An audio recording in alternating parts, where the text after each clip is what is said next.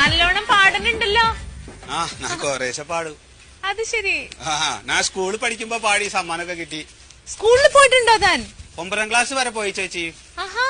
പിന്നെ പഠിക്കാൻ പൈസ ഒന്നും ഇല്ല, അപ്പൊ പിന്നെ പോയില്ല. അയ്യടാ. വീട്ടിൽ ആരൊക്കെ ഉണ്ട്? വീട്ടിലെല്ലാരും ഉണ്ട്. അച്ഛൻ, അമ്മ, ഭാര്യ, കുട്ടികളെല്ലാരും ഉണ്ട്. അത് ശരി.